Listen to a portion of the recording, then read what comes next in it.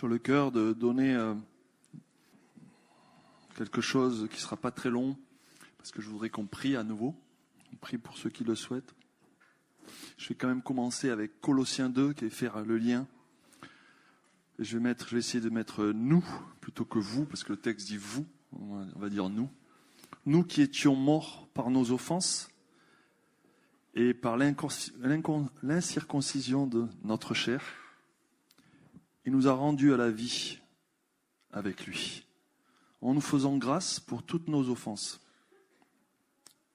Il a effacé l'acte dont les ordonnances nous condamnaient et qui subsistait contre nous, et il l'a détruit en le clouant à la croix. Il a dépouillé les dominations et les autorités et les a livrées publiquement en spectacle en triomphant d'elles par la croix. Amen. Le jour où finalement ça arrive, il n'est pas seulement mort, il a été placé dans le tombeau, mais il n'est pas resté dans le tombeau. Ce troisième matin, ce moment où les femmes vont venir, eh bien, elles vont s'apercevoir que la pierre a été roulée. Et petit à petit comprendre que Jésus est ressuscité. Il y a ce Matthieu 28, verset 2, où il dit « Et voici, il y eut un grand tremblement de terre. » Waouh. Et un ange du Seigneur descendit du ciel, vint rouler la pierre et s'assit dessus. Là encore, il y en a beaucoup de symboles forts, mais je trouve qu'une énorme pierre qui ferme le sépulcre et qui est roulée, quel énorme et magnifique symbole de puissance et de victoire. Et cette image m'est restée, en préparant, je sentais qu'il fallait en parler. Elle est très simple, parce qu'elle fait un écho aux pierres dans nos vies. Et le ressuscité a eu la puissance de faire enlever cette pierre. C'est un ange qui l'a fait pour lui, mais c'est le Seigneur ressuscité qui a été le grand acteur de ce moment. Et nous avons toutes sortes de pierres lourdes, des fois écrasantes, sur nos vies, qui semblent faire autorité, où rien ne peut plus bouger, parce que la pierre est là, elle est à sa place, et vous avez peut-être essayé avec vos efforts de la pousser, vous n'y êtes pas arrivé. Elle ne peut pas bouger. C'est comme une fin de l'histoire. Eh bien, nous célébrons celui qui dit que lorsque l'histoire est finie, il est capable de redémarrer une nouvelle histoire. Une histoire de sa victoire. Une histoire qui commence avec sa victoire. Et non pas une histoire qui finit avec nos échecs, nos blocages, nos liens. Personne ne peut bouger cette pierre à part l'ange envoyé par le ressuscité. À part le ressuscité lui-même qui a un autre message sur toutes nos pierres. Sur tes pierres à toi. Un autre message que ce qui semble s'imposer. Que ça ne bougera pas, ça ne peut pas bouger. Ce n'est pas possible. L'esprit de résurrection a toute la puissance pour bouger les pierres de ta vie et des miennes. Et le même qui a ressuscité Christ d'entre les morts, il est là, au milieu de nous. Cette pierre n'a plus autorité. Et nous célébrons aujourd'hui celui qui a toute autorité, dans le ciel et sur la terre, on l'a relu. Celui qui est ressuscité d'entre les morts. La mort elle-même n'a pas pu le retenir. Alors les pierres. La bonne nouvelle, elle nous est annoncée ce matin. Elle est annoncée à ceux qui croient, à ceux qui confient leur vie à Christ. Si tu ne l'as pas encore fait, c'est le moment. Approche-toi tout à l'heure, je serai heureux de prier avec toi. Ou d'autres. Parce que tout commence lorsqu'on confie notre vie. Tout commence lorsqu'on se réconcilie avec ce Dieu vivant qui nous aime et qui nous tend la main et qui est capable de faire rouler toutes les pierres. Il n'y a aucune pierre pour lui qui est une énormité. Nous, on a des énormités. Nous, on est effrayés, intimidés. On est avec toutes sortes d'émotions, de sentiments, de raisonnements qui semblent que rien ne peut bouger. Mais qu'est-ce que c'est une pierre pour Dieu? Même les pierres de nos vies. J'avais témoigné que l'été dernier, j'ai eu le sentiment, dans un temps vraiment de visitation, que le Seigneur enlevait des pierres de mon cœur. Des pierres de rancœur, des pierres de lassitude, de choses diverses. Pouf, il les a, hop, hop, hop. J'ai été participant. J'ai dit oui, j'ai dit, Seigneur, j'ai accueilli ce travail. Est-ce que vous voulez accueillir le travail de Dieu dans votre vie pour que les pierres s'en aillent?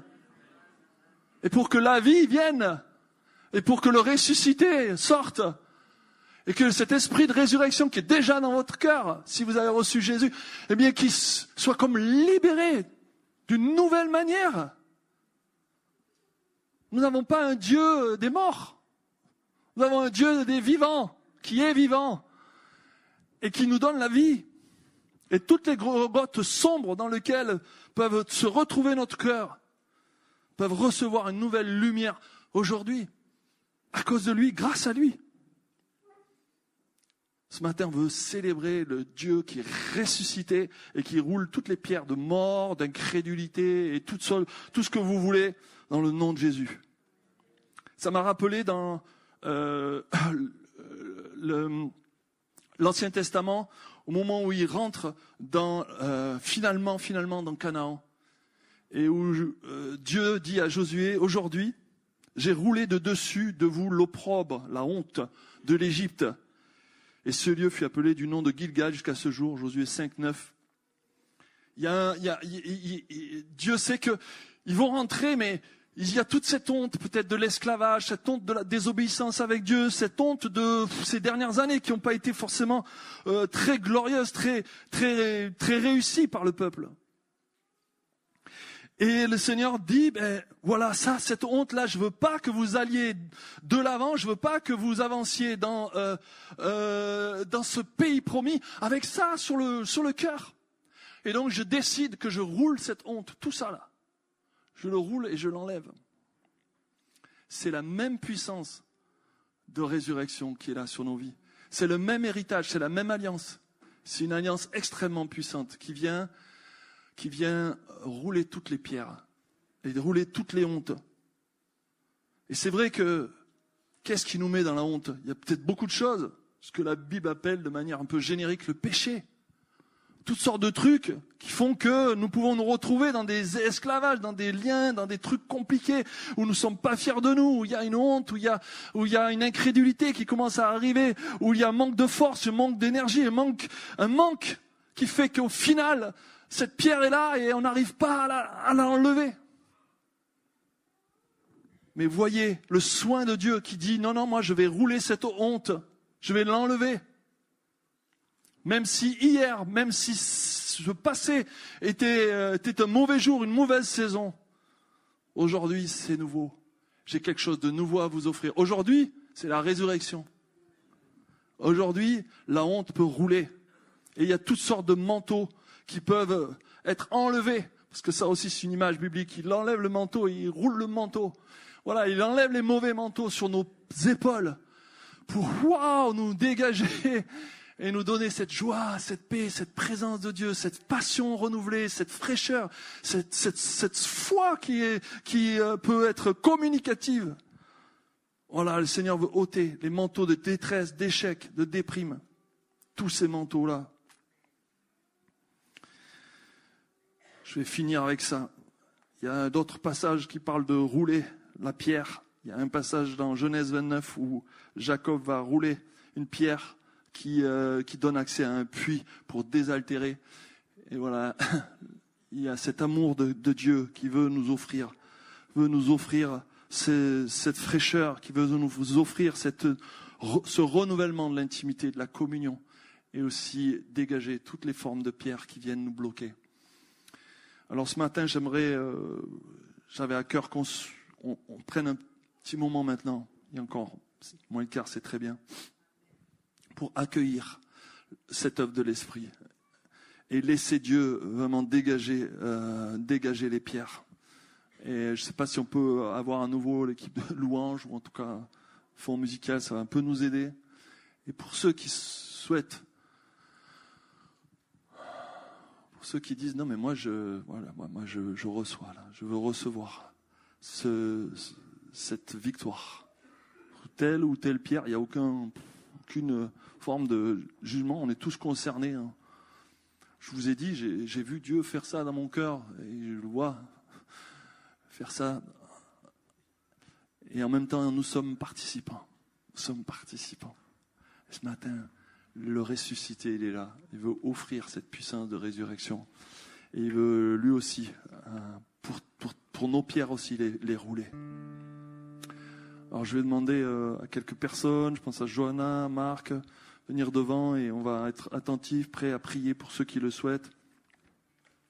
Dans ce sens, on s'attend à Dieu et au-delà de une prière de l'un ou de l'autre, accueillons la puissance du Saint-Esprit maintenant, là où vous êtes. Il est déjà à l'œuvre. Le Saint-Esprit, il est déjà à l'œuvre. Peut-être vous pensez déjà à quelque chose. Alors commencez à lâcher prise et laissez le Saint-Esprit, lui, rouler la pierre. Ce que vous ne pouvez pas rouler, lui, il peut le faire.